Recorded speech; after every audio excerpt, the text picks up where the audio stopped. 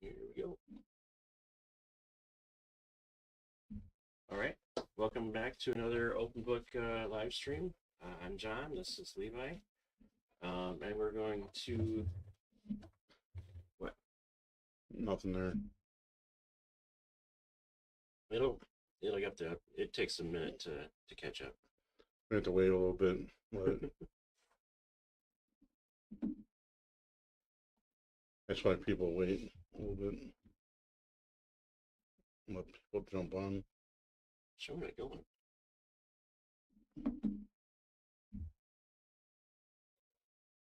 There you go. All right. Yeah, I'm John. This is Levi. We got continue on the topic we've been doing for the last little bit, which is food in the Bible. And hopefully we can try and dive into as many as we can. Try and move right through here, and give some insight to how it relates to current things we see in the grocery store today, and just active our walk with Christ and stuff like that too. So. Um,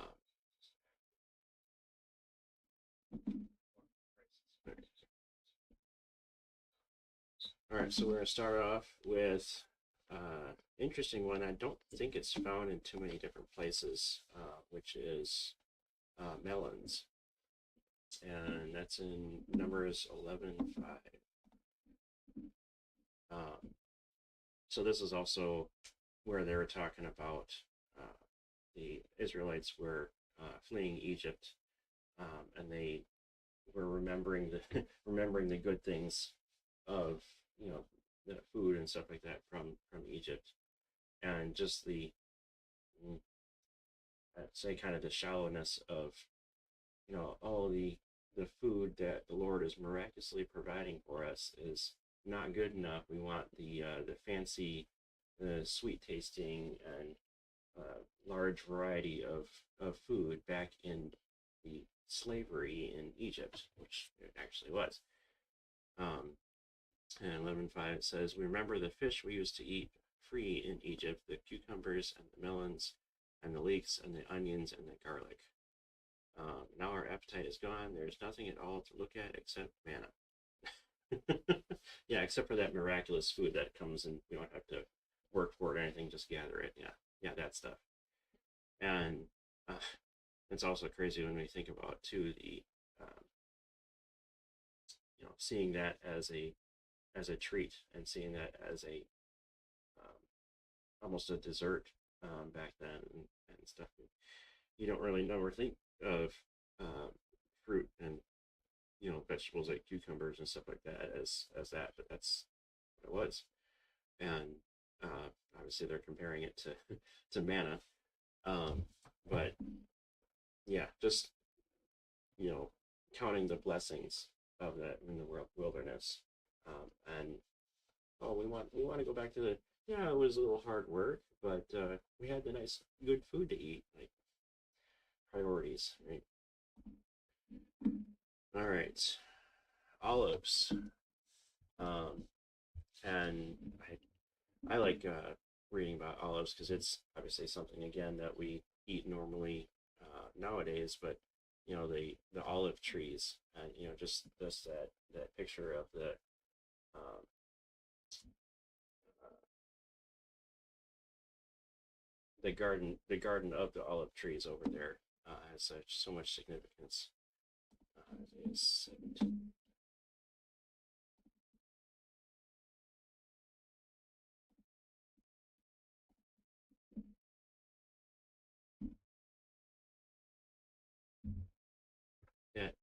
Yet leanings will be left in it like the shaking of an olive tree, 2 or 3 olives on a topmost bough, 4 or 5 on the branches of a fruitful tree, declares the Lord, the God of Israel. Uh,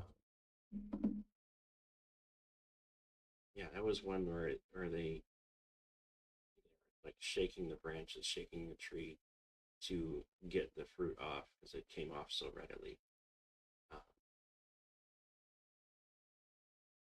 and obviously we know now, just how many, awesome uses and very healthy things that olive, and especially as we know olive oil, is used for, and um, the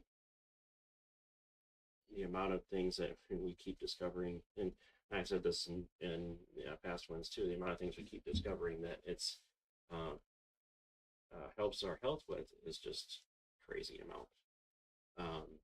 And that's another thing. Olive oil is another thing that's very useful in a number of dishes that we continue to eat today. Even just eating regular, just straight olives out of the jar is still something um, so much done today as well.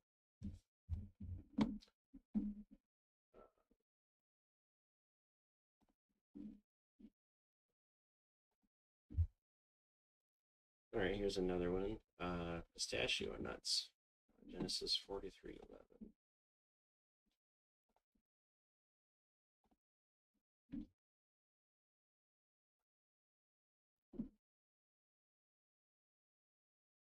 All right, it says, then their father Israel said to them, if it must be so, then do this. Take some of our best products of the land in your bags.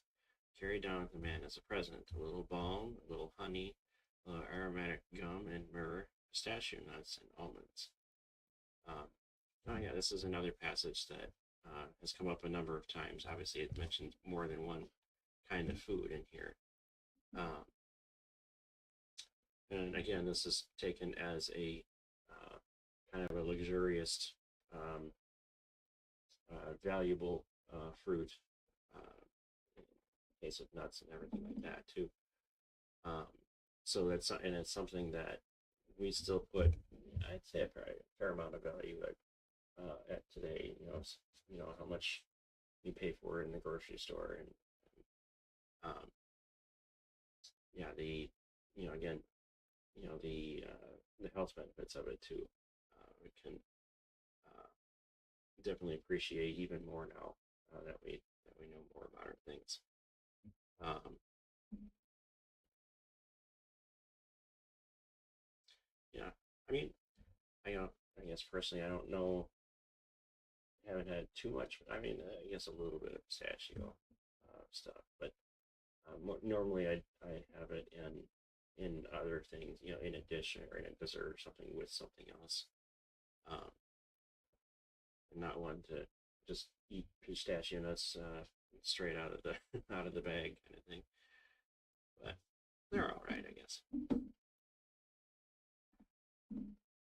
All right, pomegranates first.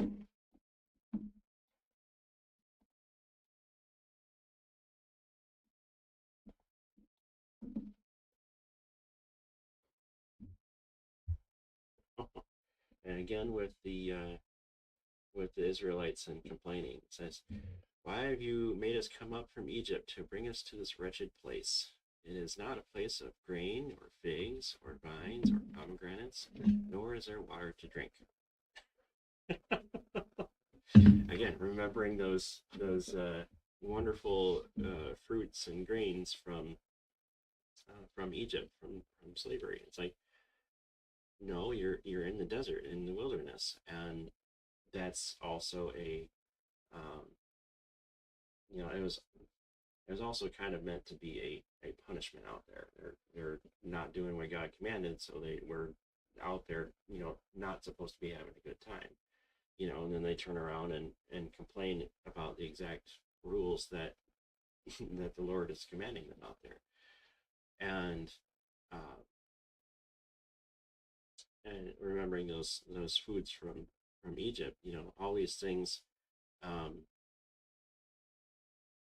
pretty much, I I don't think they were, well, I suppose they probably didn't have to cultivate some things, like maybe like wild grapes, or maybe I don't know, wild wheat or something like that. But um, most of the stuff, if they wanted it on a regular basis, or on any sort of reliable basis, what would they do? They'd have to settle down, and they'd have to cultivate it. They'd have to plant it, water it, And uh, that's, what they're supposed to be doing out in the wilderness is traveling around, not being rooted anywhere. They were specifically kept from their promised land, which is what would have enabled them to, settle down, essentially put down roots. I think is a saying, put down, something that stays there, and then they come back to it the next season or the next year or something like that, and harvest what they've planted. If they're, moving all around the wilderness, all around the desert, then they're not able to do that. They throw seeds somewhere, and it's like, oh, are we going to be here next year when it's there? Probably not. You know, um, and something that's, good to remember, that, um, even though they were still slaves in Egypt, they were still taken care of there. God was still providing, this wonderful food for them, even though they were there, and um, just remembering that uh, what was the saying? Oh, you don't know how good you have it till it's gone, kind of thing, you know.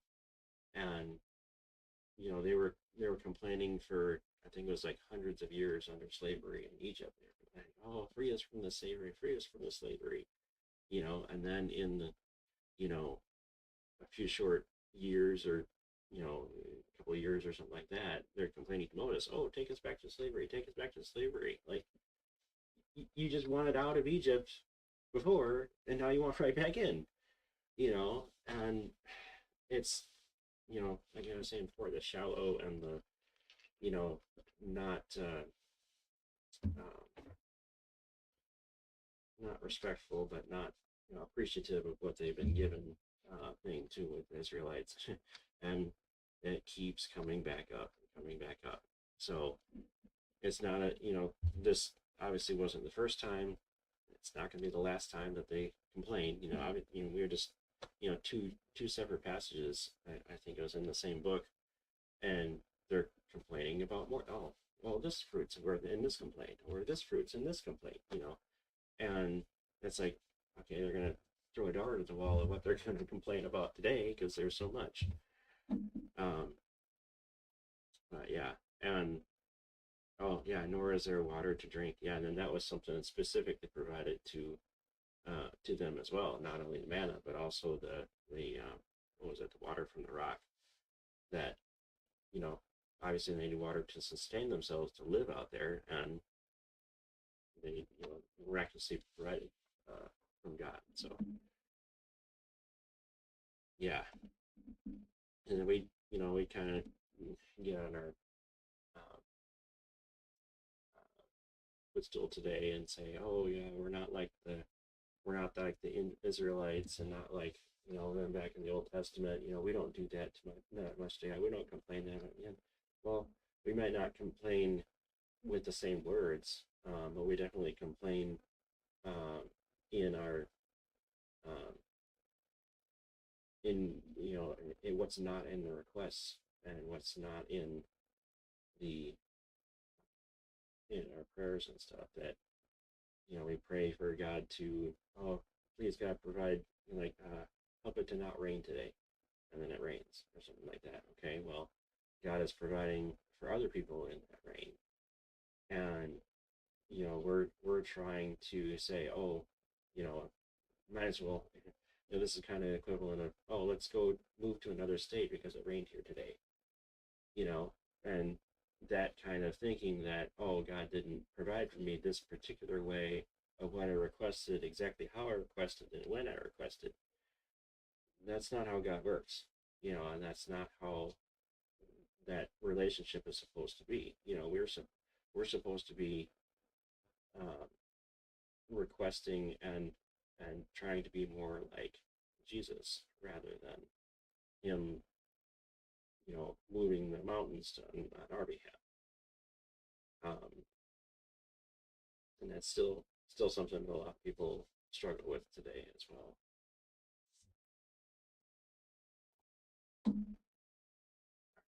Um, Raisins. 2 Samuel 6.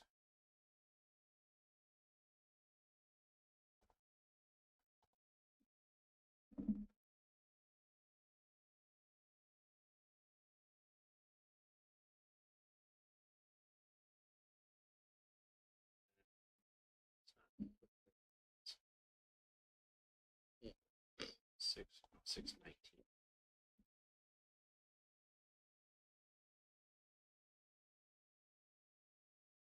Oh, yeah. Okay, so this is that same passage we had covered before, in past couple of weeks, that they distributed to all the multitude of Israel, both men and women.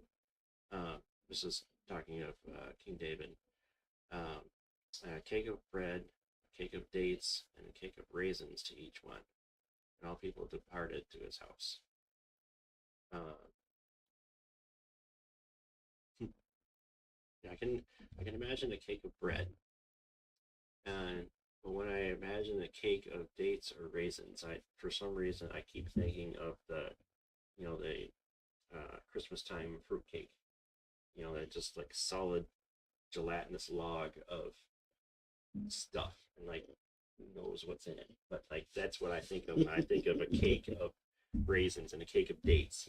Just like this solid pat of tons of stuff. um, Obviously, healthy and sweet, and we do it as a dessert now. And um, I don't know, I've got a couple different kinds of um, but just that's a treat now, and still was back then. You know, it's pretty cool. Uh, and and of course you can look at this. Oh well, this is a central distribution of this stuff. But this is all providing from the Lord. This is the Lord providing for uh, the Israelite people, and it's just a matter of distributing it. Really, it's not that it was under David's control, uh, like who got what or anything. No, he just distributed to everyone because God provided it.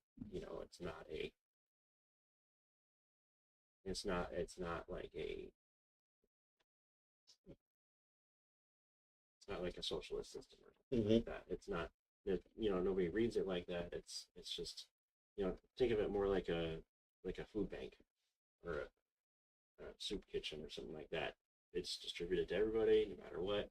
It's what comes in, it's what provided, and there you go. You know, so trying not to get too sidetracked with that kind of stuff. Oh, this is an interesting one. Okay, sycamore fruit. 14. I'll look up the passage and then look up what that is.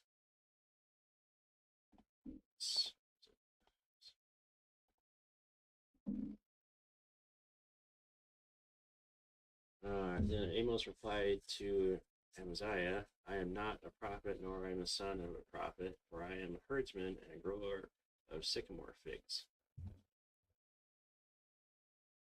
Okay, a herdsman and a grower of sycamore. So, okay, so animals and a farmer. Okay.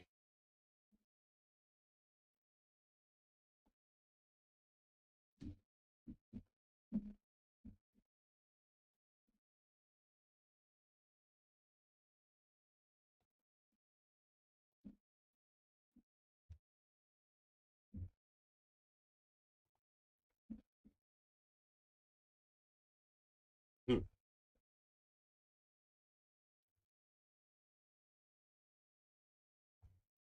that looks odd. What's that? I don't know if I've ever seen that. It looks like from this picture, Pumpkins. they look like mini pumpkins. I was just gonna say that. But then you look at like this, that looks more like a kiwi actually. So what Yeah, what did you do? I don't know. Plum? Looks Yeah, it like looks a plum. little bit like more like a fuzzy plum or something. These must be different stages of the development. That's look at that. It's right. It's it's like in the uh, tree. It's growing out directly out of the tree itself. It's not on branches. Okay, this one's a little bit more on branches. Hmm.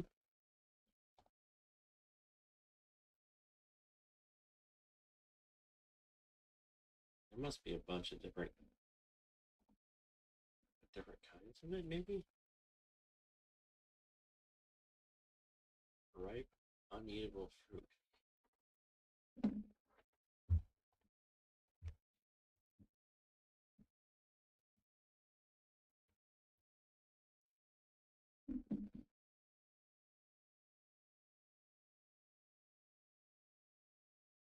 Hmm. Mulberry fig, okay.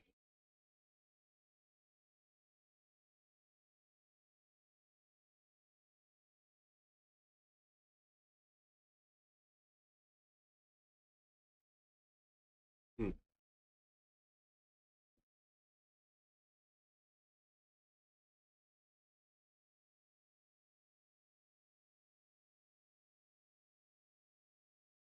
It's interesting because I remember sycamore trees also being native to America.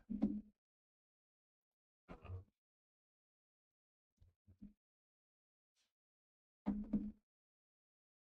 Oh, that's kind of weird.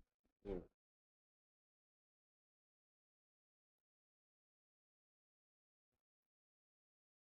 They're not high on the edible list. They must not taste good.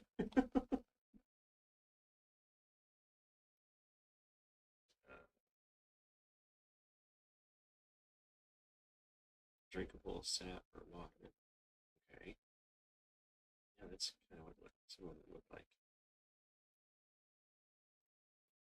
Not Um, figs, right? Grows in California and Mexico. Hmm. We're still in figs, right? Yeah, the sycamore fruit. Yeah,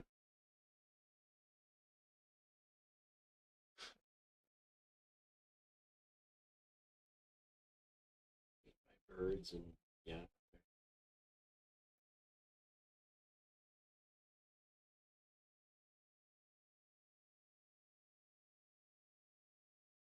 Oh, yeah, yeah. Because that's another thing to look out for is if the birds eat it, most likely it's okay for humans to eat.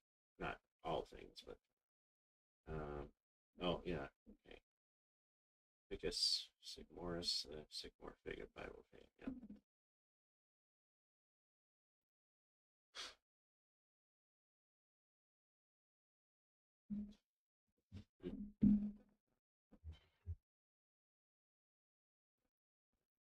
Eh, interesting. More, you know. Yeah, that's not even getting into the uh,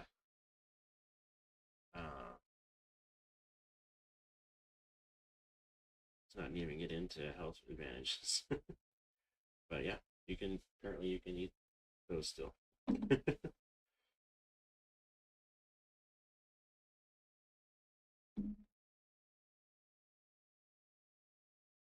Hmm,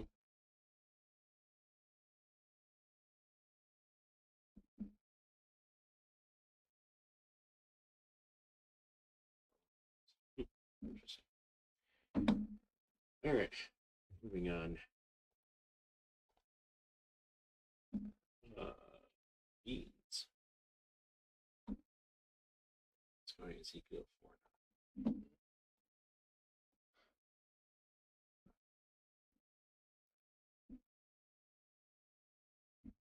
Oh, yeah, this is another multiple food in the verse again. It's as for you, take wheat, barley, beans, lentils, millet, and spelt, and put them in one vessel, and make them into bread for yourself.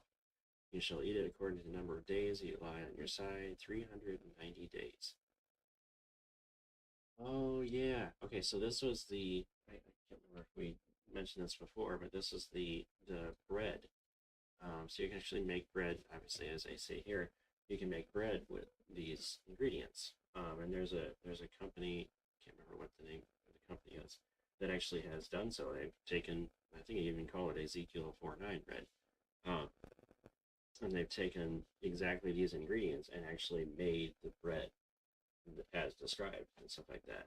I think it was in the, I want to say it was in the freezer section or something like that, because it's not a, it doesn't, obviously it just has these ingredients, doesn't have any preservatives or anything else in it. And I think I tried it once. Uh, it was all right for for frozen bread, I guess. Kind of difficult to be able to use that, and When it's frozen? yeah, to defrost it without it drying out, kind of thing. Mm. Yeah. Just let it sit out on the counter. Let it Yeah. thaw out. I didn't want to wait a couple hours. You gotta do it ahead of time. Right. You gotta plan ahead a little bit. But yeah, the mere fact that it was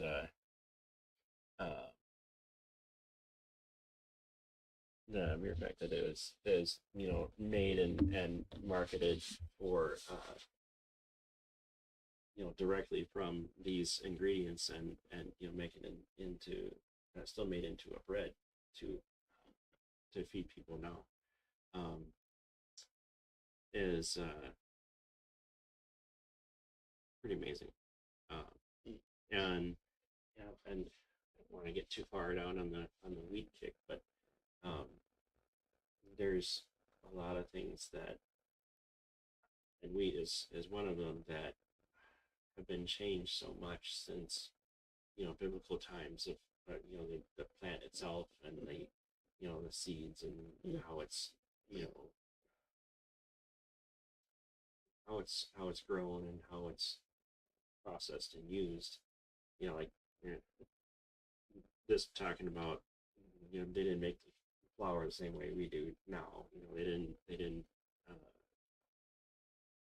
uh, like they'd take different wheat and like separate it from the chaff, and it would still have some properties of not it's not a perfect separation kind of thing, versus how we do it nowadays. And there's tons of other stuff that has changed over the years for how uh, how we not recreate, but how we are able to keep using the same foods but in such different ways that you'll seeing this in the grocery store is like, oh yeah, they're not only are they using basically a recipe out of the Bible, but they're also using ingredients and food as they would have in the Bible, and that's probably even the more amazing part. So oh, we had a thing here.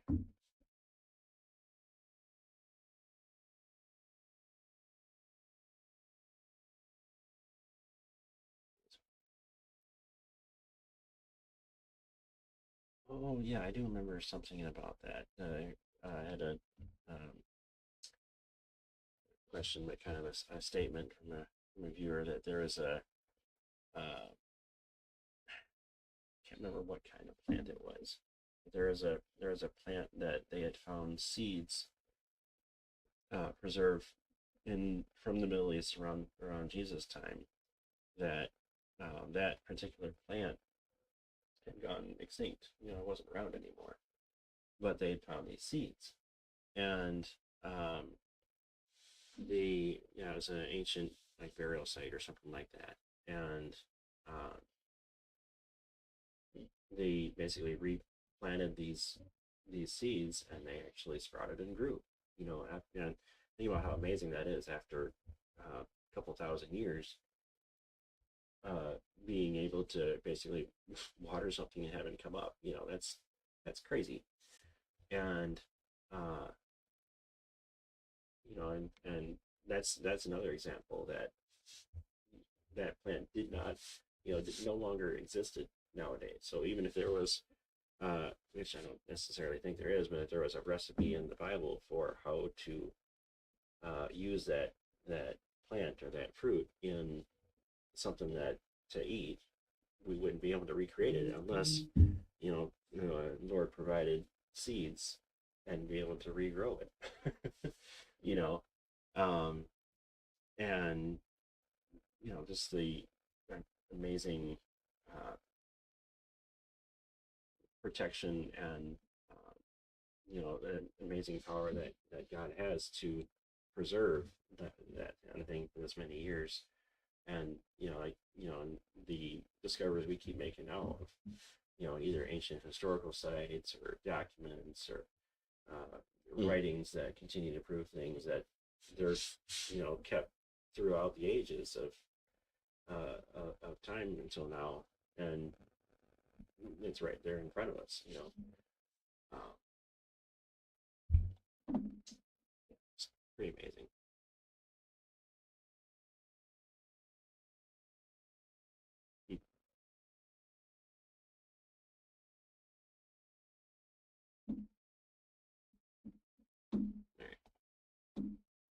Did you read that the verse up there, Daniel Which one? 1:12? It's right above there.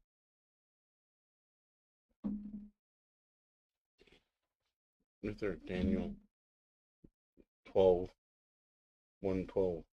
Right up, up, up. Right there. Oh, yeah, okay. Um, yeah, so okay, so this is talking about when Daniel and his friends were in Babylon, and they had the diet of only vegetables. Yeah, Daniel 1:12.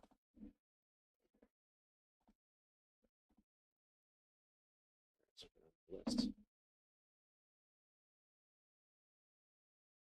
Yeah, vegetables and water. Mm-hmm.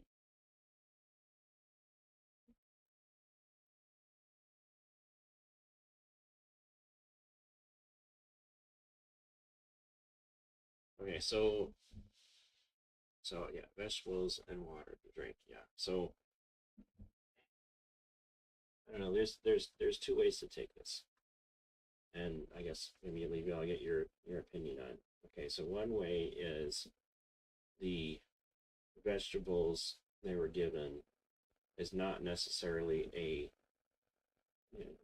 not saying it's a prescribed diet. It's like it's not like they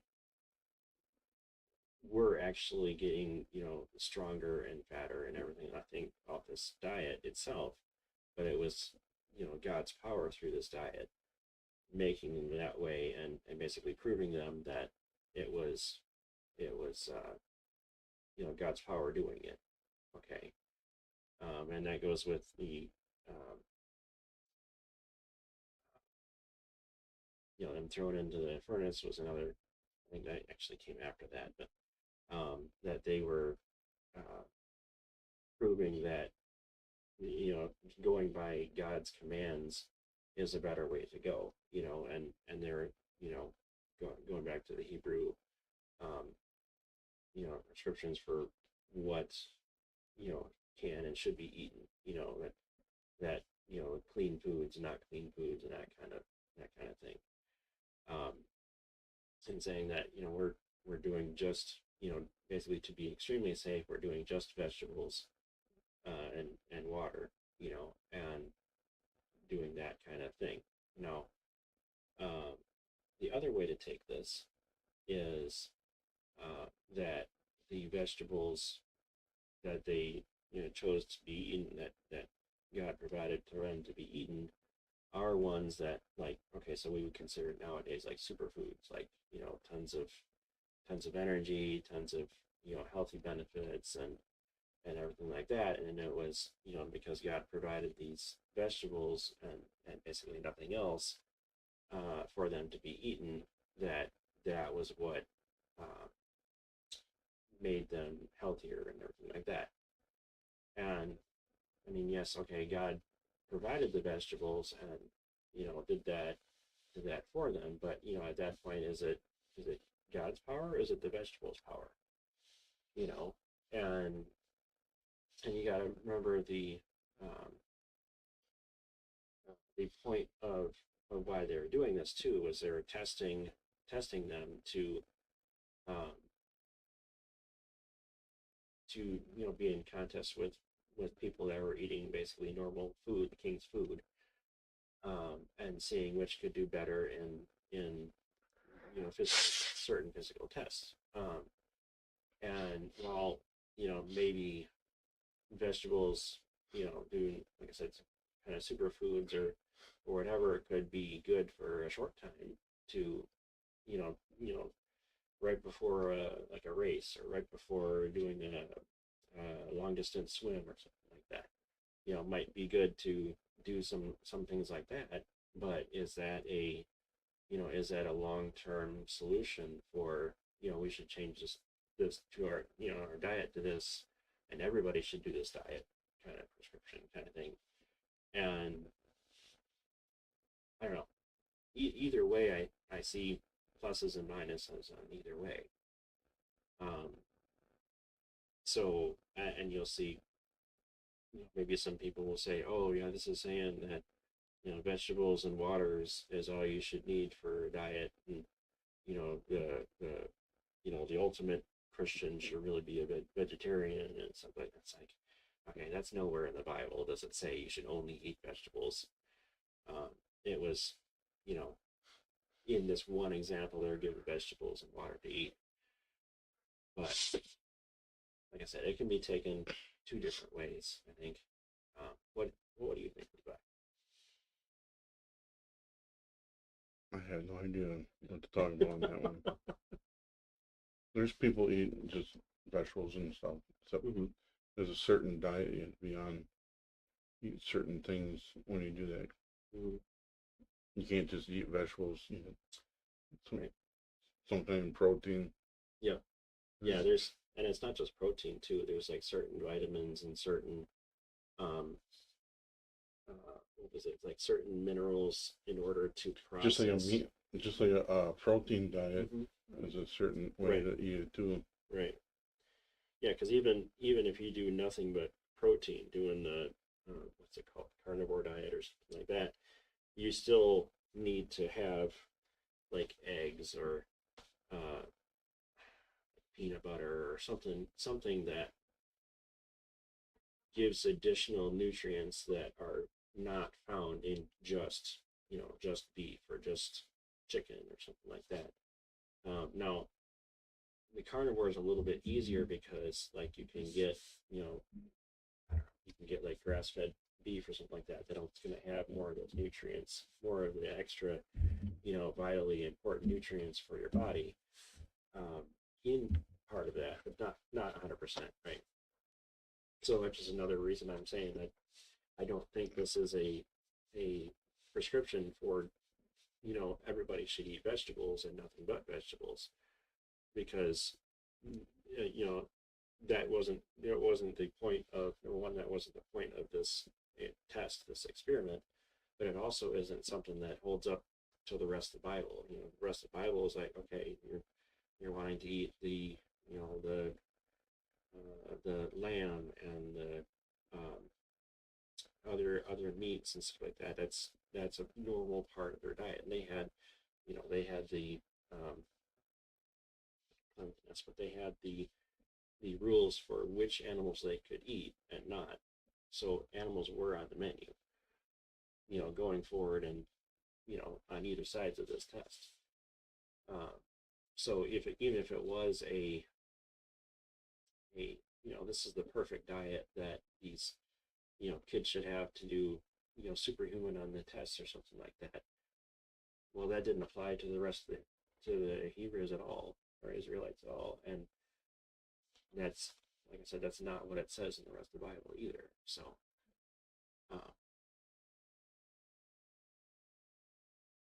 yeah.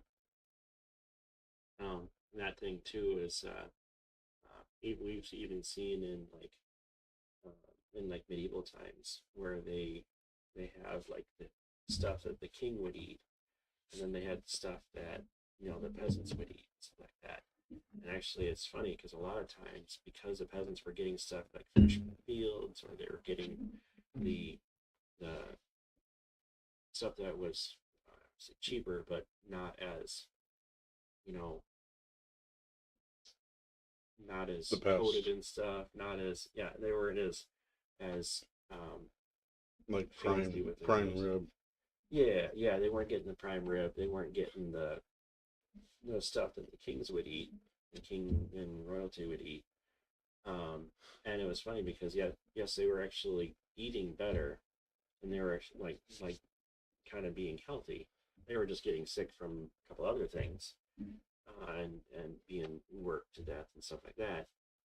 Whereas the king had all this choice of, all this fancy stuff to eat, but actually was more sickly and not as healthy as far as eating than his subjects. So he had to be very careful to keep himself healthy and everything like that, just to be able to survive as long as the peasants. So,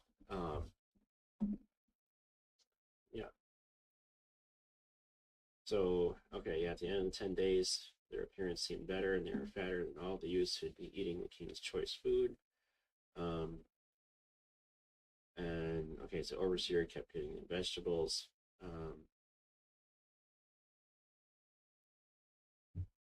Oh, yeah, and this is, I don't remember if this is the beginning of where Daniel was able to understand the visions and dreams. Um,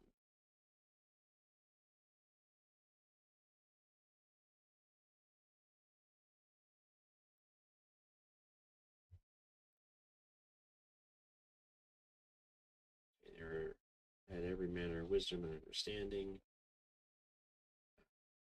Mm-hmm.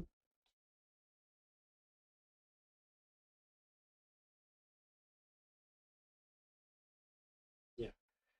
Okay, so overseer continuing their vegetables and just that continued that diet. Okay, and then okay, so verse 17 says, "As for these four youths, God gave them knowledge and intelligence in every branch of wisdom, and Daniel understood visions and dreams." So it wasn't the vegetables given that knowledge and intelligence, or in previous verses, the healthier and better appearance. So it's meant to be taken as it's God's power doing this. And it's God's power providing them knowledge and providing them the better physical results of the test. Um, so yeah, that kind of I think probably pushes the scales that way, huh? So all right, where were we? Oh, I think this is final Kings 4.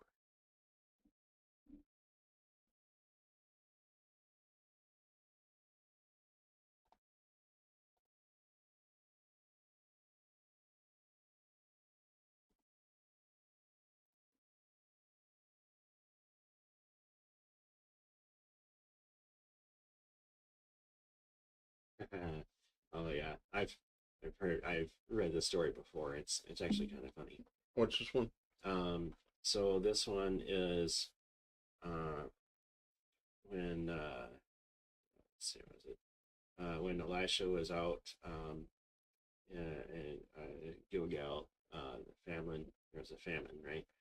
Um, and so they're out in I believe they're out in the wilderness, if I remember correctly. And they're trying to find stuff to eat, right? It's a famine. They're trying to find something to eat, and so Elisha is sitting before him, said, "Put in a large pot and boil stew for the sons of the prophets, for them." Right. Then one of them went out to the field to gather herbs and found a wild vine and gathered from it his lat full of wild gourds. Okay, the like a squash, gourd, right? I can pull up a picture here in a second. And came and sliced it into the pot of stew. They did not know what they were. Uh, so, verse 40, they poured it out for the men to eat. And as they were eating stew, one cried out and said, "Oh, man of God, there is death in that pot." And they're unable to eat. Me, I mean, you can take it a couple different ways, but it probably stank. It probably was really stinky, and or really, really tasted bad, or both. There's death in that pot. Did you ever make something and it's absolutely inedible? There's death in that pot. Quoting from the Bible. He said, "Now bring it, and threw it in the pot." now bring meal. I think I don't know about cornmeal. Maybe just like uh, like a filler kind of maybe a little grain or something like that. Threw it in the pot. Now it says pour it out to people that they may eat, and there's no harm in the pot. Um, there's no deathly stink. um,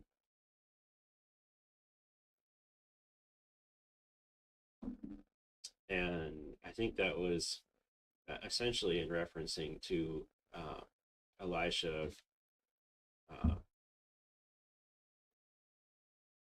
calling upon the Lord to make this safe to eat, make this meal safe to eat. It's make the stuff that was so bad safe to eat.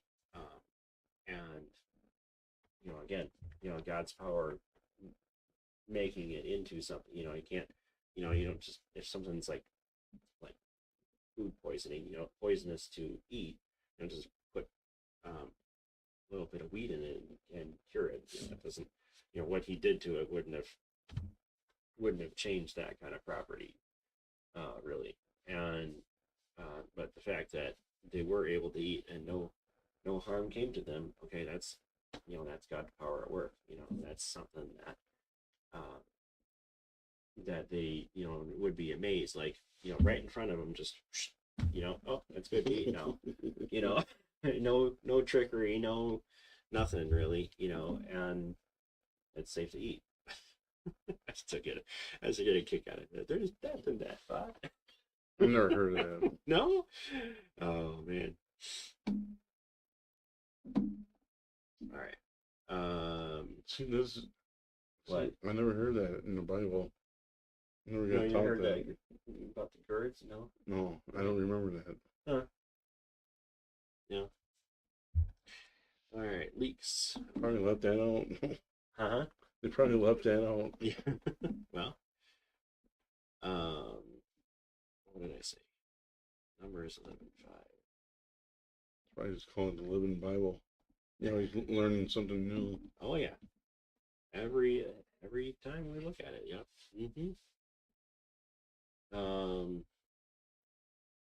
Oh yeah, this is the passage we were just at.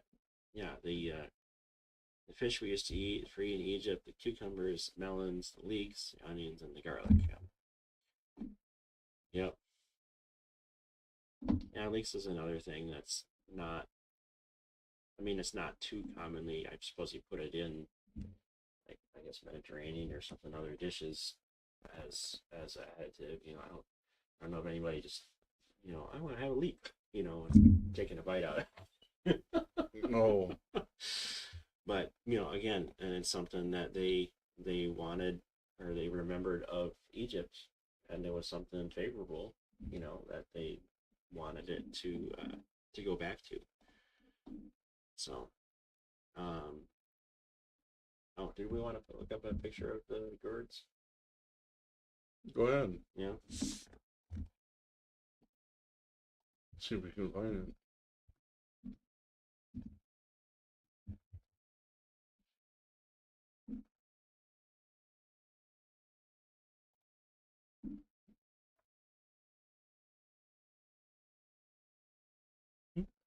That's a crazy looking one. Trying to think of. Yeah, that's typically what we see around here. Like summer squash, and so gourd is like a category of things, so it could be like any one of these things.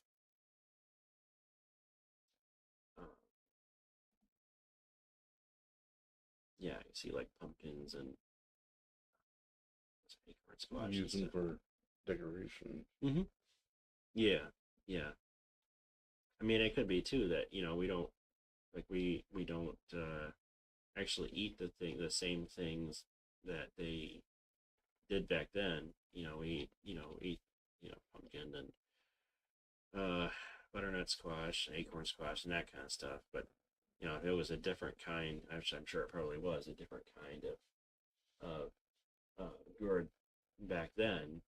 it might still be, it probably still is a poisonous to the nose, or really death in the pot kind of gourd nowadays, because again, that's the, proving God's power part of it. Like if we do the same, not experiment, but if you try the same thing that's in the Bible, God's power is going to be here, whether or not, it's been 2,000 years or 2 seconds, it's the same power. So, I wouldn't recommend going and trying to put a little wheat with the poisonous gourd and try to eat it, you're not Elisha, kind of thing. Might be you, dummy, you're going to die. Yeah. But, all right, lentils. Genesis 25:34.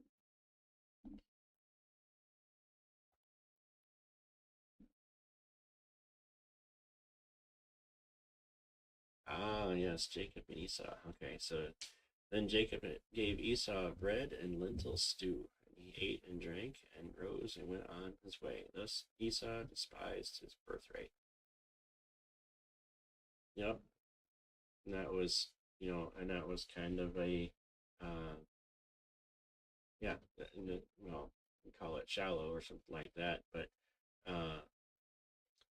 that Jacob was taking advantage of Esau's hunger and stuff like that. And, here, I'll feed you, but, first sell me your birthright, and that Esau was that, I guess, crazy from not eating, from famished, right? That we're like, oh yeah, so it's and to them they're basically like, okay, this birthright was, a very, very important, very valuable thing. This was the, the I don't know if it could be worded kind of like inheritance, but that was something that, everybody, I don't know, I think it's every firstborn, I think it was, is the important part. The firstborn was the next, like the next in line, the next getting, the title and rights and duties and stuff like that. So that was, wasn't a name. Obviously they were brothers; they had the same name. But it was the, I guess, the title, the firstborn title and stuff like that. You call it, that carried so much importance. And this was done obviously by, I don't want to say trickery, but it was a, like I said, taking advantage of his brother, and stuff like that. But there's, a lot of the Bible now written, the descendants of Jacob, because of exactly this, because he took on that title, and was now like, everybody thinks that Jacob's important because of this, and Esau's just kind of on the wayside, you know. And I think that was actually part of the prophecy that basically that something like this would happen as well. So going through the line of coming down from the line of Jacob, and who in the important patriarchs of the Bible that would come in is through this this kind of, I don't know, sleight of hand, but a not so above board, I guess you'd call it, business deal, birthright for a bowl of soup, you know. And I don't know if I've ever had lentil stew, but it's probably not like the fanciest gold leaf stew ever, It's probably just, it probably just smelled good and he was hungry, you know. And I think that despises, I think that is like uh, he no longer laid claim to it, kind of thing. Like he was true to his word and passed it on or something like that. But just, that's crazy that, we know obviously we know nowadays the story of Jacob and Esau. Um, but you think of the ramifications and the things that happened because of these kind of events back then.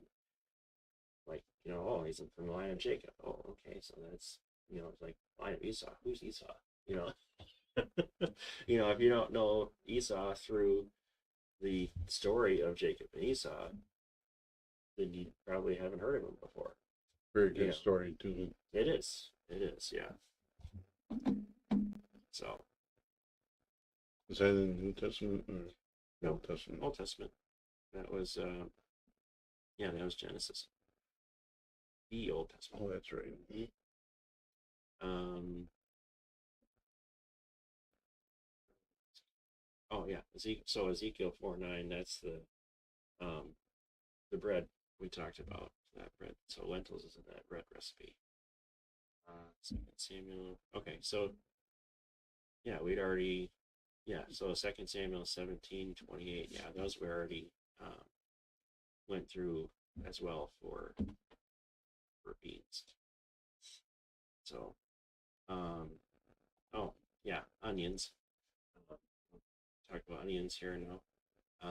That that Numbers 11:5 is that same one as a cucumber. So that's they went to or they were in the wilderness, and then they remembered the stuff in Egypt that was that they thought so highly of.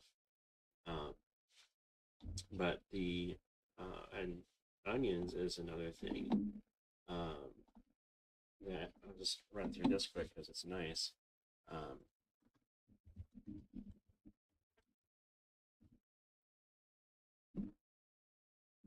There is a ton of benefits for onion. All different kinds too. Mm-hmm. Yep. Recognize, yeah. Purify their blood. Help treat headaches, heart disease, mouth sores, colds. Yep. Antioxidants, kidney function, helps with muscles. It's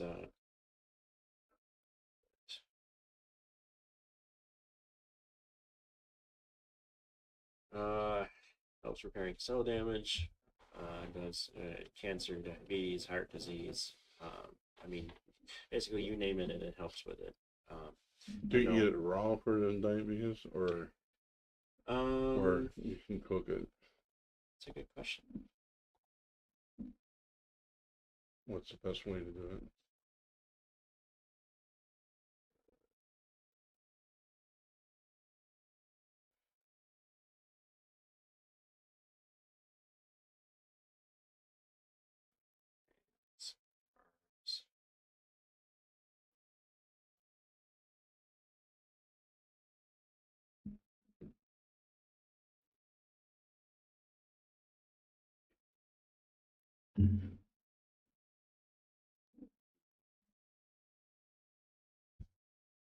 I think you skip the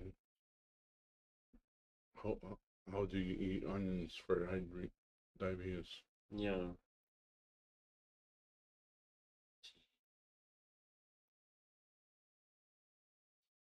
Really? Raw. Raw is probably better than cooking it. Like onion soup, that'd be really good.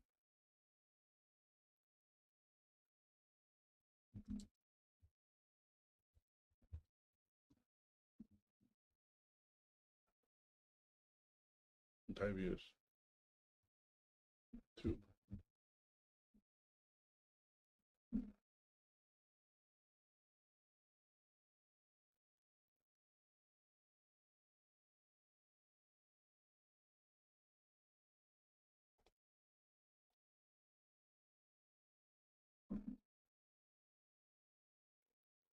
Sure.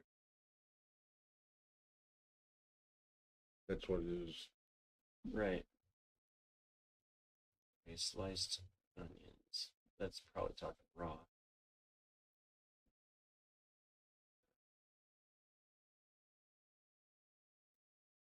Hmm. sulfur compounds. Uh, these are flavonoid, quercetin, sugar. People who ate raw red onion had lower fasting blood sugar 4 hours later. Okay, so it is raw or uncooked. Yeah. Um, Stabilizing the process of glycosis or glycolysis. Um, yeah, because I know, especially like the additional ingredients of flavonoids and stuff like that. Um, okay, so red onions in particular have also the anthocyanin content. It gives them the red purple color. Um, I'm which not good for salads. Yeah, yeah. Or you have it like on a sandwich or something like that. Mm-hmm. So yeah, they'll and this goes with other vegetables and stuff too. Is that when you cook it, you're changing what's in there. You're either taking the flavor out, or you're burning up the like bacteria or something like that, or you're doing stuff uh, that may completely change the properties. Yes, it's still an onion, or yes, it's still whatever other vegetable, but know that you're essentially you're processing it, you're changing it from what it was before getting in your body, kind of thing. So in this case, they're talking about raw onion, in particular raw red onion. So anytime you know, I guess you could say anytime you kind of tinker with what the original um, benefits are, then I don't know of any. I mean, I suppose probably not. Like meats and stuff like that is an exception where you cook it, you're gonna kill harmful bacteria and stuff like that. That's kind of obvious. But for vegetables and other things, they don't have that kind of stuff. And I'm talking about stuff you grow yourself or something like that. Um, that basically getting as close to uh, as close to nature and as close to right out of the ground as you can is the best. The fresh fruits and fresh vegetables and stuff like that. So um, that way, you get all of essentially the most benefits you can. And you can argue, okay, so like frozen vegetables or frozen fruits or something like that can be better because they're basically locked in. They're frozen as close to picking as you probably could, aside from growing it yourself. But same reasoning as, yeah, you're trying to not process it, not do anything to it, and then get it in your body as close to natural as possible. So yeah, so it kind of doesn't surprise me that the better benefits of this of onion is from raw onion too. So um, yeah, so yeah, there you go. Not only onions but red onions. Um, let's see.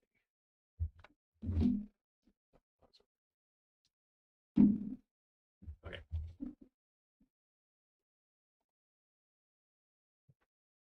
Um, did you want to go any more over onions or? No, I think we do pretty good. All right, we're actually moving right along here. Oh, read that thing right there. Mm-hmm. Yeah. So, okay. So talking about grains. Okay. Um, Grains are a healthy staple back in biblical times. Some of the easiest natural foods they keep preserved for years. Throughout the Bible, the bread is a symbol of God's life-sustaining provision. Jesus himself calls himself the bread of life. a true source of spiritual life. The bread that Jesus represents never perishes or spoils. Um, Obviously, not talking that we're eating Jesus' body, but that the um, that bread is not a hated, can't have carbs thing. It's everybody ate bread, and bread was probably one of the most plentiful things. And it's a reason that they had uh, that they'd feed the prisoners bread and water. Is because it's life sustaining and it's cheap, it's plentiful, and I mean, not you're not gonna like break out of prison on it on that kind of diet, but you're gonna live, kind of thing. And I mean, go through all the things in here of the different kinds of grains. But I think from that perspective, when we hear nowadays that oh, no carbs, I don't want to eat any carbs, you don't want to do this, and then I think we mentioned a time or two before about the gluten, the wheat allergy and stuff like that. It's like that's a very basic part um, of wheat. It's stuff that basically binds the stuff together, and you can't really have wheat without the gluten. You just have to have no wheat. It's not a you can't like trim the fat off. It's not that kind of thing. So when we're seeing things, we're seeing people nowadays that are allergic to something that in the Bible was so right. Nobody's in the Bible saying, "Oh, I can't eat this bread because I'm allergic to it." That didn't exist. There was no allergy to wheat in the Bible at all. Um, and we can argue exactly when that allergy came to be. We're not going to go in that today. And it'll get us kicked off of YouTube. But basically that, like I said, that it's wheat is not bad. Eating bread and eating stuff like it is not bad. And I'll make the argument, okay, how the Bible describes it and how they would have understood it is what we should be thinking about. When it's talking about the wheat and the barley and the corn and stuff like that, the Bible is talking about the plants that they would have understood back then, not the ultra fully processed, ground up and bleached and whoever knows whatever chemicals it's sprayed with and everything like that in the fields today. Far cry from what it used to be. And that again, going back to that Ezekiel 4:9 bread, that they would have had to probably jump through a lot of hoops to try and get grain that wasn't processed like that. Like there's what was it? There was a pesticide that they actually built into the seeds themselves on the plants, and then essentially that the plant would grow with the pesticide already in the shell of the plant. Like it would grow and continue to produce this pesticide as part of the plant. Well, that's going to continue on to what it, the seeds and stuff that it comes from it, the produce of it, and they already tested it and shown that, oh yeah, that same pesticide or certain ingredients of that pesticide continues in not only into the food through all of the cooking and food processing that goes into making that to a table, but also into they tested in the bloodstream of the people that ate it, and in for the pregnant women into their children. Like a mother ate this stuff, and then tested in the children's bloodstream, and it was there. Like they don't know. I mean, they know, but they don't understand the huge ramifications of what they're putting on this essentially God-given plant that's supposed to be good as it is, and all in the name of what? So a few bugs don't crawl on it. Like this is not not how it's supposed to be at all.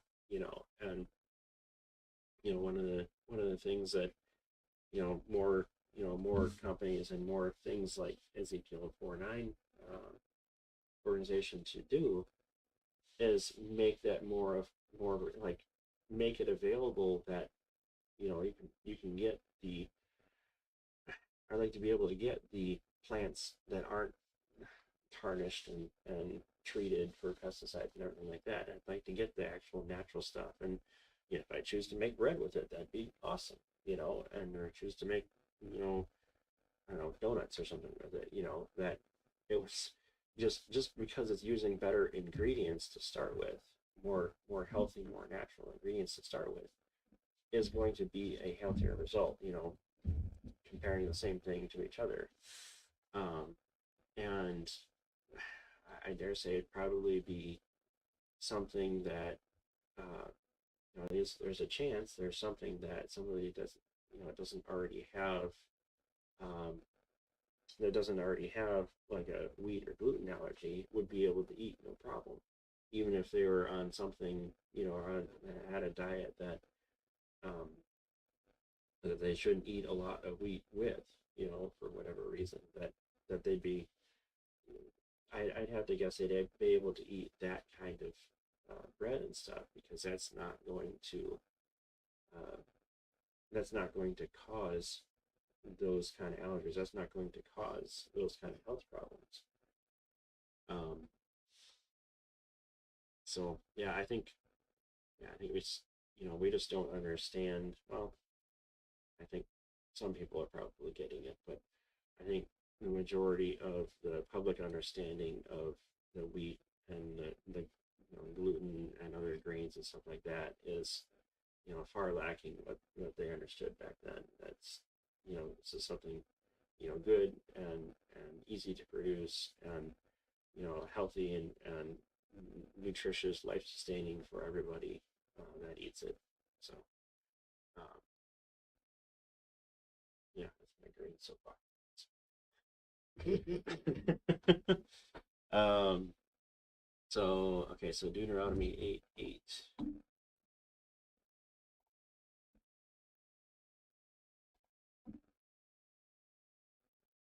So that was barley. Okay, so a land of wheat and barley, of vines and fig trees and pomegranates and olive oil and honey. Um, okay, so this was um, talking about the promised land. Uh, I think in other passages say, flowing land flowing with milk and honey. Um, yeah, your clothing did not wear out, nor did your food swell for these 40 years. That was the 40 years in the wilderness. Thus you know knowing your heart, the Lord is your God. It's disciplining you just as a man disciplines his son. It was not supposed to be a fun time in the wilderness. Therefore uh, you shall keep the commandments of the Lord your God, to walk in his ways and to fear him. For the Lord your God is bringing you into a good land, a land of brooks of water, of fountains and springs flowing forth in valleys and hills, a land of wheat and barley, of vines and fig trees and pomegranates, a land of olive oil and honey. Yeah, that was another thing too, is having the wheat, not wheat, having the water, the clean water available to process this stuff and to sustain life and everything like that was also important. So having a good promised land that had good clean water was another essential thing um, that helped with the growing things and the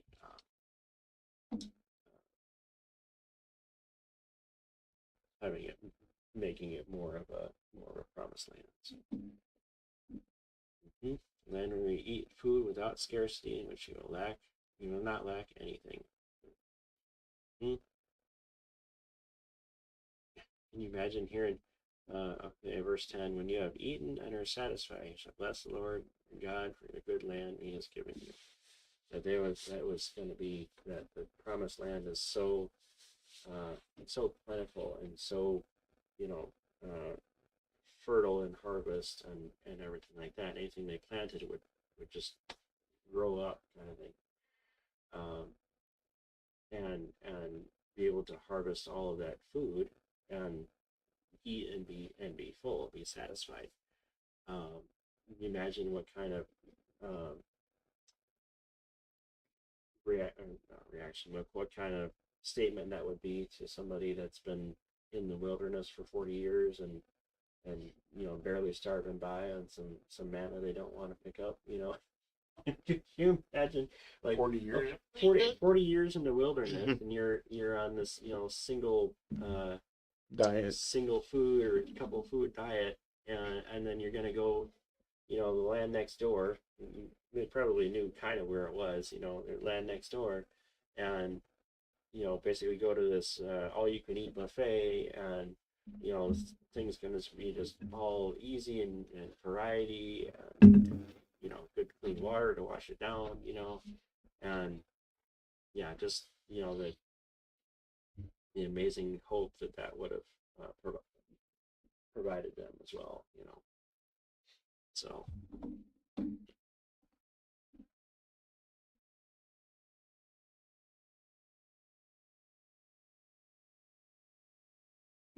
excuse me. So, You gotta okay, finish. You gotta finish the grain before you go to bed. okay, Right? all right. Well, we'll try and power through here. Okay, so this is just talking about bread. 2 Samuel 6. Um,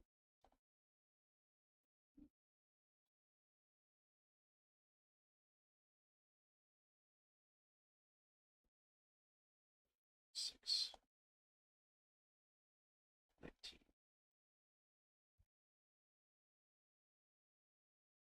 No, yeah, cake of bread. Yeah. Okay, so we've done.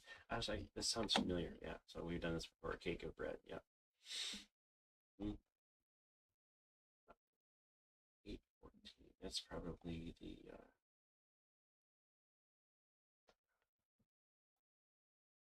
Say that's probably the. Oh no. They had forgotten to take bread. Did not have more than one loaf in the boat with them.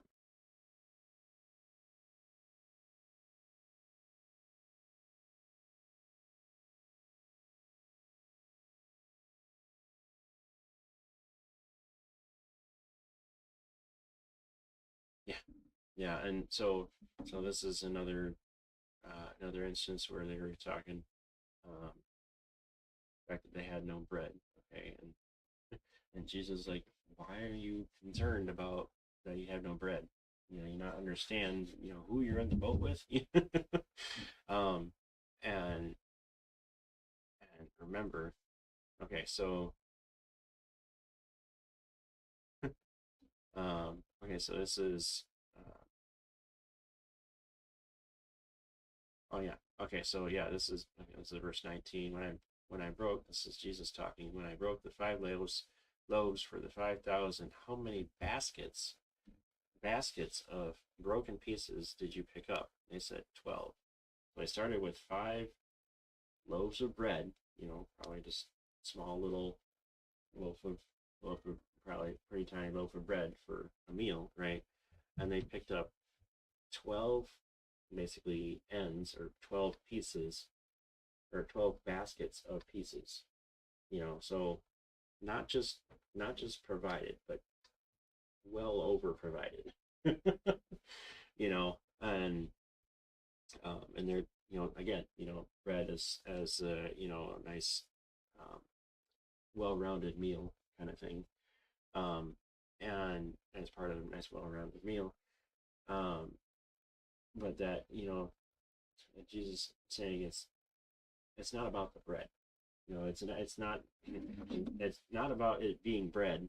And it's certainly not about how much bread, because you went from one loaf and then fed the rest of them, and 5 loaves and fed 5,000. I think there's 4,000. Another one, that it's not, think about the physical part of it. It's not like he's taking a crumb of one bread and turning it. It's not about that. It's about the miraculous Lord providing all of that bread, enough to not only fill everybody, but also have, basically tons and tons of leftovers that, and 12, 12 of them, okay, 12 disciples, each carrying one, each being reminded, because they have to carry a big basket, that the Lord provided for the needs of the many in, this very miraculous way, you know, um, and, again, they're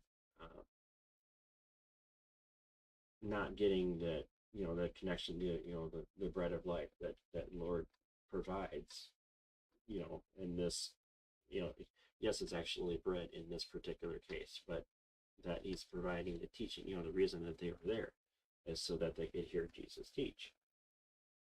So, I mean, yes, they could say, oh yeah, they came back because there was a meal offered. They didn't want to go back to their, what was the other one? Didn't want to go back to their hometown because they were hungry and it was about dinner time. It's like, okay, well, yes, the Lord's going to provide the spiritual food in form of teaching and what they needed to hear for their lives, but also in actual food that what they I'm going to say wanted to eat for their actual bodies. That the Lord provided both. And the disciples were still not getting there. Still, oh, what should we do with all these people? Should we send them away? And Jesus is like, no, we have bread here. You're fine. Let's stay and continue to learn. And fish. And fish, right? And I mean, and I brought up before, but that Jesus didn't have to use those loaves of bread. It wasn't, like I said, it's not about the bread. Jesus could have made pumpkin pies. He could have made whatever kind of food he wanted in enough quantity for the entire people that they would have eaten it, kind of thing, right? It was more for the, I don't know, understanding, but more for the not breaking their brain too much kind of thing, not being like so miraculous that they didn't like, like the manna from heaven is like, oh, that's so miraculous, but it didn't, what was it? They didn't actually see it fall or something like that. It just appeared overnight or something like that. They didn't like go out and catch it or something like that. But that it's not about the what it was. It's not like they had man on the menu in Egypt and knew what that was. That was a miraculous food. But their disciples' understanding of how do we feed these people? Okay, we need something physical around that. They needed an example of something to go on to believe. I don't know, to believe, but to be able to wrap their minds around and push that out to the people. And it's like, well, they're walking and talking with Jesus, living Son of God. That's he can do all of these things because he is part of what created the entire everything. So it's not that he couldn't provide. He could provide lentil soup or something, or what was the other thing that Jacob and Esau? He could have provided lentil soup for them. There would have been something they knew, but it would have been something completely out of, well, I guess completely out of thin air, completely miraculously by Jesus, that they wouldn't have understood. Where does this come from? I don't know what it is. I don't want to eat it. Because maybe that's more of their mindset, is they had to not work with what they had, but they had to go based on something that the people would physically was there already and understood. That's what that is. That's where it came from, and we're just going to go with that kind of thing. Even though it was a miraculous, way more bread and way more fish than was ever there, but it's just a matter of, they could, I think it's like plausible deniability or something like that, where they, like one family comes up and gets fed, and say that one family used the entire 5 loaves and 2 fish kind of thing. But then the next family comes along and like they didn't see that or didn't see all of it or something like that. Oh, there's more bread, there's more fish. Here you go. And that I don't want to say a sleight of hand, but obviously miraculous thing, but not so miraculous that it's not like, appearing and they don't understand where did it just come from. I don't get it. What is this? Where did it come from? It's a gentle enough of a miracle because it doesn't say exactly how it happened. It said that they passed out enough for the entire crowd and they had leftovers. It doesn't exactly say how they passed it out or how the miracle happened or anything like that. That's only so many words in the Bible. But that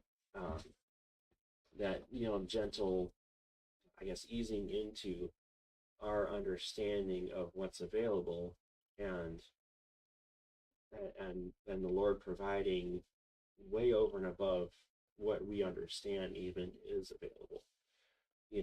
That it's something that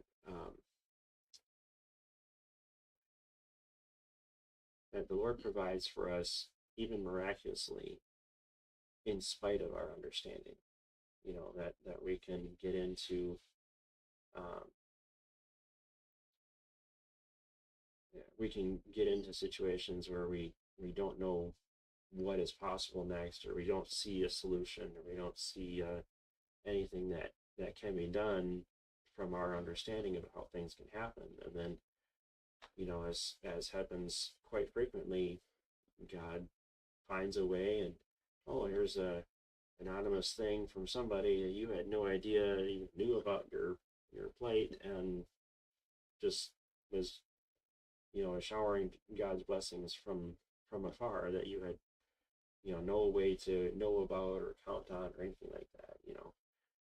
um, so yeah, there's way more stuff that and again back to the nutritional value and everything like that. There's way more stuff that we maybe understand more now, but is has always been that beneficial and everything even way back then. And you know now we just, now we just have more names for it. Really, we just have a more detailed understanding of maybe the scientific properties of it, uh, and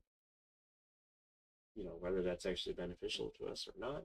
But God's provided it this entire time, and you know thankfully we haven't changed all of it too much. Some we have, but not all of it. So there's still good stuff there. So corn. um, this one started off. This kind of eluded me because I was trying to find a reference that actually said corn. Let's see if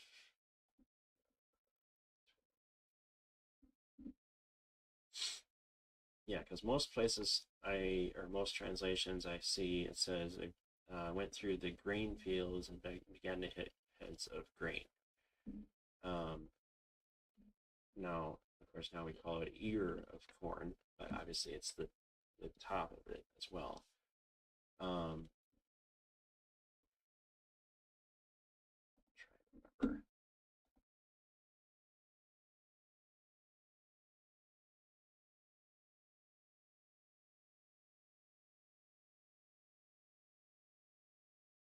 remember.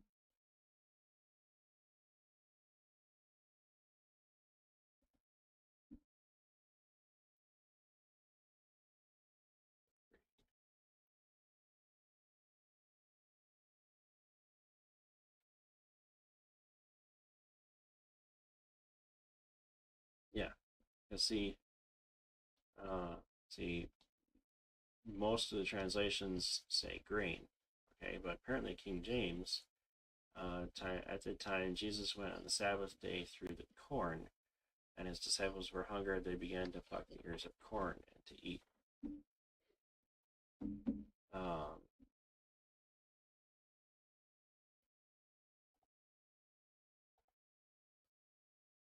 because that's another one, especially nowadays with like the uh, high fructose corn syrup and different corn byproducts and all the things that corn can be used for. Um, is obviously tons of uses now, but and that's another thing of contention is you know should we continue to be eating corn? Obviously these were the disciples were just picking it straight out of the field, and not processing it at all, not cooking it or nothing. It was just take it out of the field and eat it kind of thing. And I don't know, I guess you can take wheat right out of the field and just eat it, I guess. I don't know who would though. I don't think you can.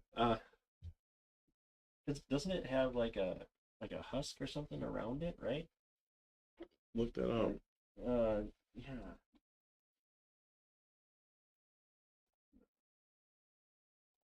Sweet corn you can.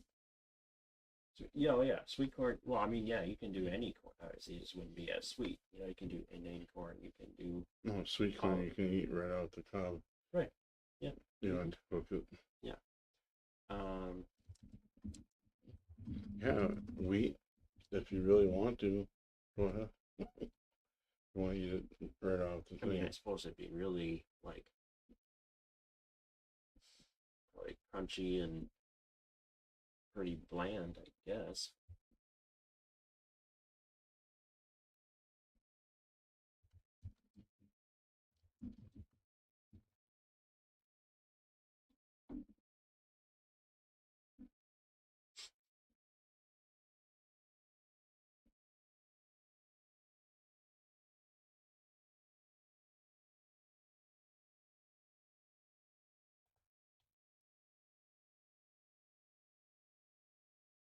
It contain harmful bacteria.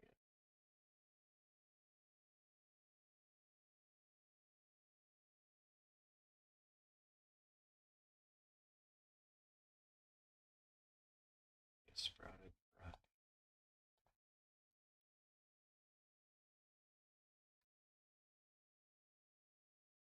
Difficult to chew.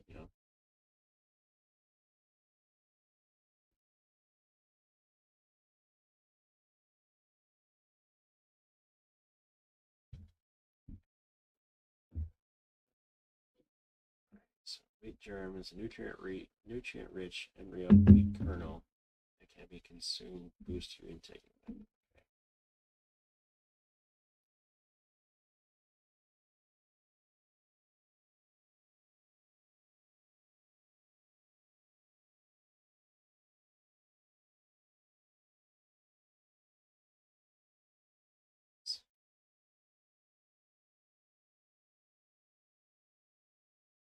As it may, as it may contain harmful bacteria, fungi, or other contaminants. So, just because it may contain bacteria, harmful bacteria, it's like, oh no, you got to cook it.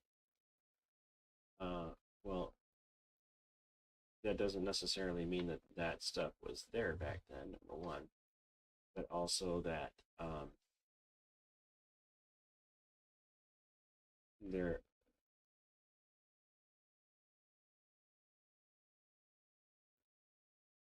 it's one of those where some say like, okay, like what was it saying about the wheat germ? Okay, so a specific kind or specific part of the wheat is actually good. It's nutrient rich and can boost your intake of vitamin, minerals, and healthy fats. But then, like other parts of it, can be what do they call it? Anti nutrients. Hinder. absorption of essential nutrients. Okay, so you're saying that part of wheat may be okay, part of it not. Okay, and and Jesus was there and it's like, okay, pick that part of the wheat, not that part, or something. That so it can be talking about wheat, I guess. I mean, to us it makes more sense talking if it was corn. Um, but what I was going to ask in here was that Matthew. I can't answer your question. You really wanted to eat it raw, you can. That really answers the question.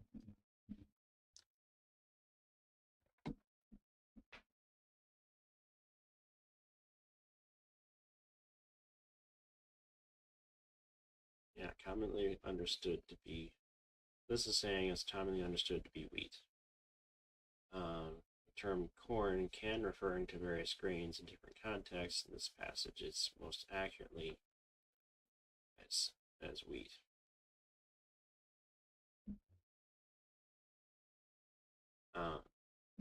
Okay, so yeah, this was talking about the rules for what you can and can't do on the Sabbath, right? On the day of rest. So part of it was like if you worked to harvest the wheat or in corn or whatever in this case, that it was work that you shouldn't do on the Sabbath. You can't do it. But if it was like you were starving and needed something to eat, and you were going through a field that had food in it, whatever that food was, that you could pick it and eat it right then and there because you're eating, not working. If that makes sense. And that Jesus teaching that importance of the mercy, or don't be legalistic by the law. It's important to understand the context of things. So yeah. So like I said, the King James version puts it as corn. Pretty much every other version puts it as wheat. It's a grain of some kind. Obviously corn being a kind of grain. But again, it's not something specifically told against in the Bible. It's not there. They're not saying, oh, you can't ever have corn because you have to work to get it on the Sabbath or something like that. No, nothing like that in there. And pretty, I'd say pretty weak reference. I think it's the only place in the Bible that even references anything even close to corn. So, I mean, you could be arguing that, oh, because it's not mentioned, a lot by name, or specifically by name anywhere in the Bible, that, oh, they just didn't eat corn back then. It's like, well, that's a possibility too, because flowers and yeah, and in corn, corn takes a lot of water. Corn takes, it looks very different from wheat, and so you'd have to get people to understand, and it's processed different. You'd have to get people to understand how to process corn versus wheat and everything like that. But I mean, it's not specifically against corn, and corn is another one of those things you can eat directly out of the field, with zero processing, whatever. I mean, the only processing, you take the what's it called, you shuck the corn, you take the outside of the corn off. That's it. You know, so anyway, keep motoring through here.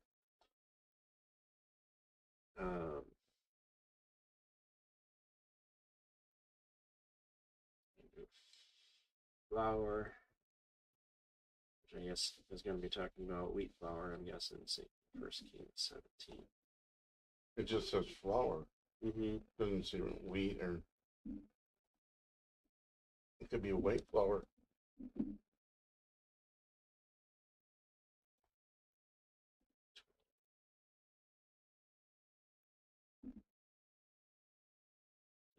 she said, "As the Lord your God lives, I have no bread, only a handful of flour in the bowl and a little oil in the jar. And behold, I am gathering a few sticks, and may I go and prepare for me and my son, and so I may eat it and die." Wonderful verse. Oh,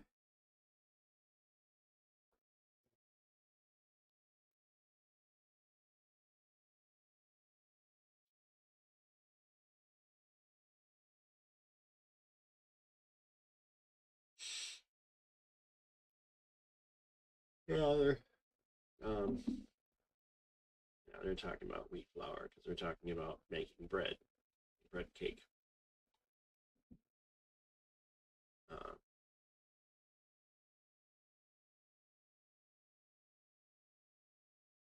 well, flour is not exhausted, nor the jar of oil become empty, according to the word he spoke through Elijah. Cool. It's another Lord providing more and above uh, what was actually there in the flour and the oil.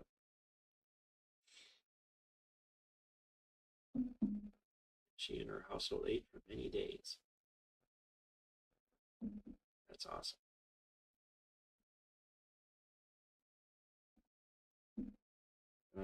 Millet. Oh, okay. So millet and spelt. Those are both Ezekiel 4:9. That's both in that recipe for the bread. Now, millet and spelt, I think. So, did we look those up before? I was trying to remember. Um, yeah, yeah, we looked up the spelt at least before. That was this stuff. That's the basically like raw wheat. Uh,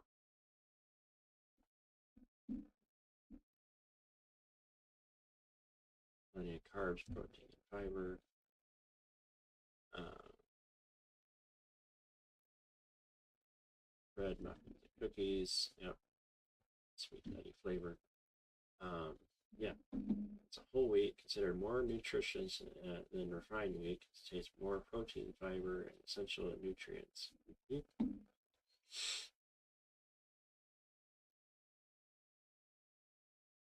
Yeah, um, and that's something too.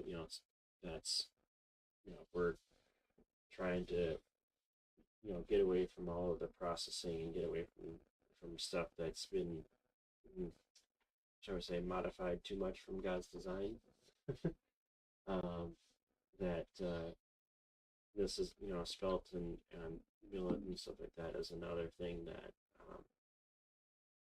we can go back. We have understanding we can go back to and actually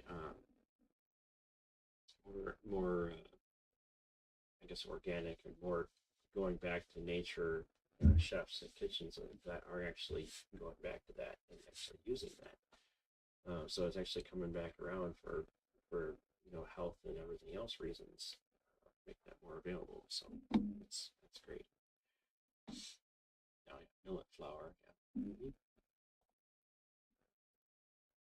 All right. Ah yes, unleavened bread.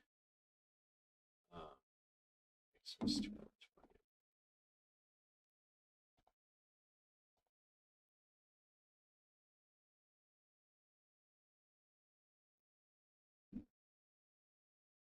All right. So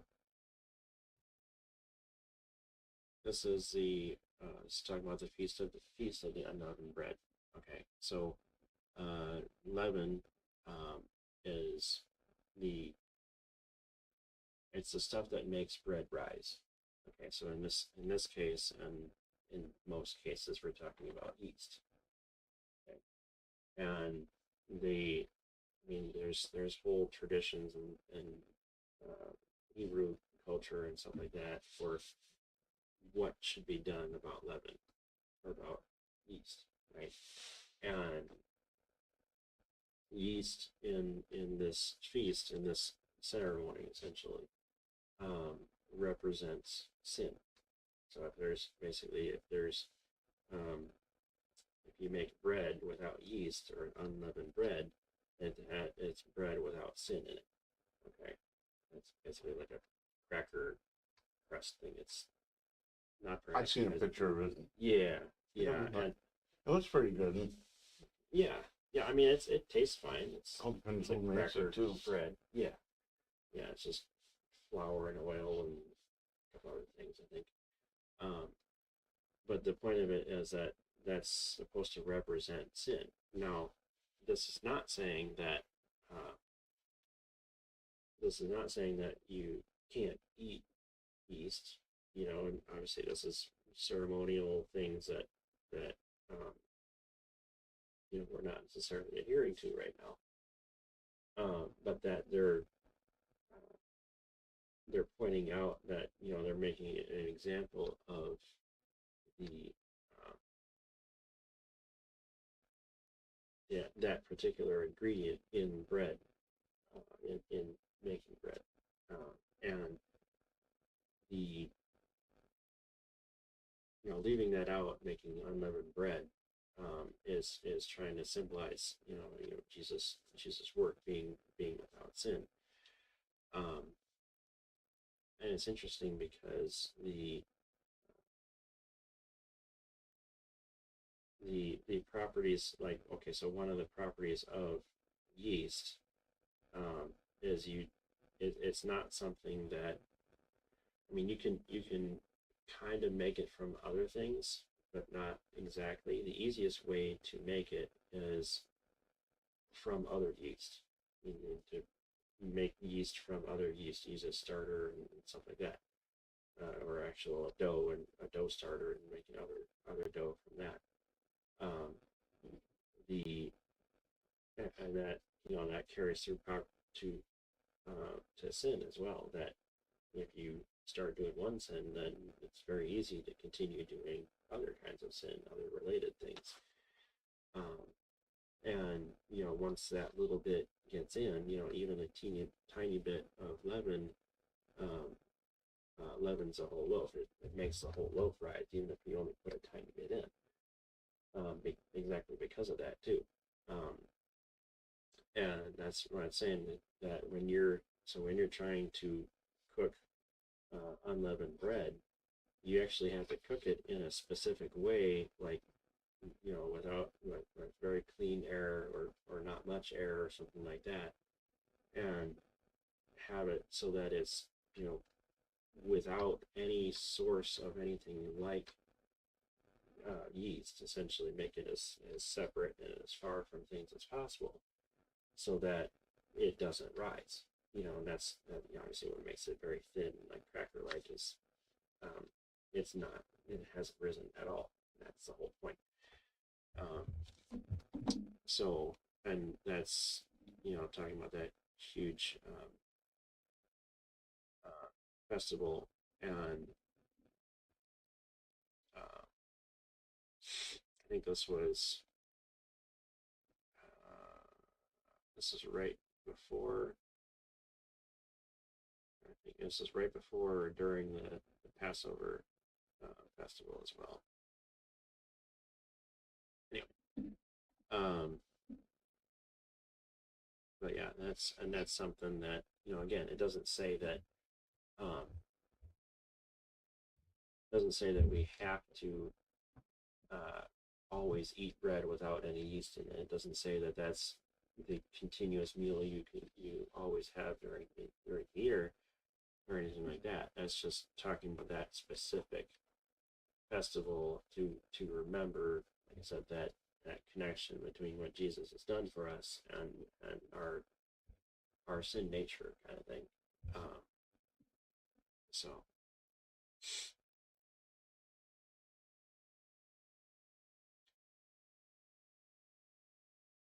yeah. Okay. So I'm gonna look up this one last thing on wheat. I think we kind of pretty completely covered wheat already. Yeah, you kept talking about everything.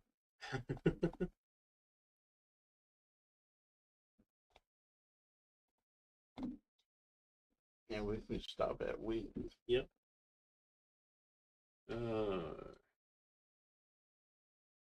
Okay, I think we covered this verse before. Yeah, whatever is needed, both young bulls, rams, and lambs for a burnt offering to the God of heaven, and wheat and salt, wine and anointing oil, as the priests of Jerusalem request, is to be given to them daily without fail. So again, this is things, obviously things of great value, the bulls and the rams, lambs, and everything like that. And this would be I'm sure like the first fruits or the best of the harvest, and something like that for this offering, this in this case birth offering, um, uh, as part of what they needed to do.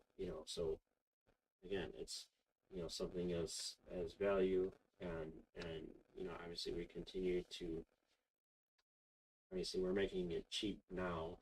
That's because of modern technology and stuff like that. But we're you know we're still able to see, even with like the spelt and um, like the sprouted grains and the um, going back to the original um, form of those plants and nutrients and stuff like that, that we're able to see, oh yeah, this is actually healthy for us. This is actually you know uh, still good for us even now, because the Lord has provided it. And uh, that's something that we need we need to stop messing with. We need to stop trying to think we know better, and putting pesticides on it, or putting things in with the seeds, or crossbreeding things, mixing things together and stuff like that. It's not going to turn out good. And we're kind of seeing the results of that in the allergic conditions, and the things uh, that we're seeing now. People intolerant of one ingredient or another, or so severely lacking in a special nutrient or something like that, that they have health issues, because nowhere in our diet is this particular ingredient or mineral or something like that. And we're just need to uh, get back to actually what God has provided us, and not try and mess with it too much. So, all right. So that'll be about it for today. Off.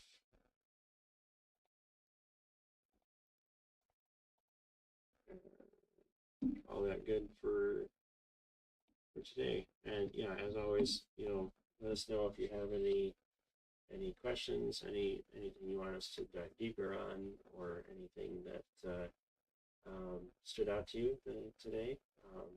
We can definitely see and look through that. And yeah, hope to see you next week, 7 o'clock.